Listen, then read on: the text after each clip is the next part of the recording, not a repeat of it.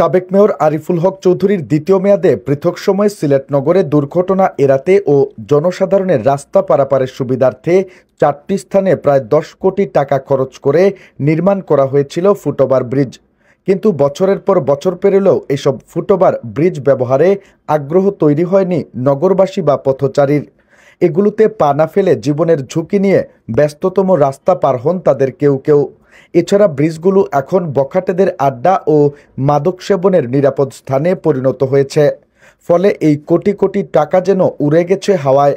সিসিক সূত্র জানায় 9,60,28,589 টাকা ব্যয়ে 4টি ফুটওভার ব্রিজ নির্মাণ করা হয়।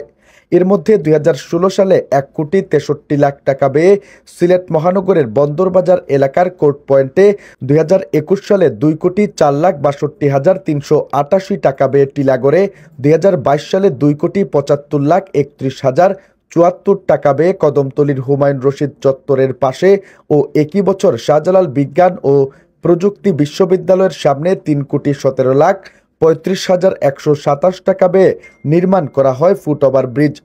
প্রতিদিনই দেখা যায় পদচারী সেতুর ওপর ছিন্নমূল কিছু শিশু বসে আছে। তবে পথচারীদের কেউ এই সেতু ব্যবহার করছেন না। রাত হলেই বখাটেদের আড্ডাখানা ও মাদক সেবনের স্থানে পরিণত হয় এসব ব্রিজ।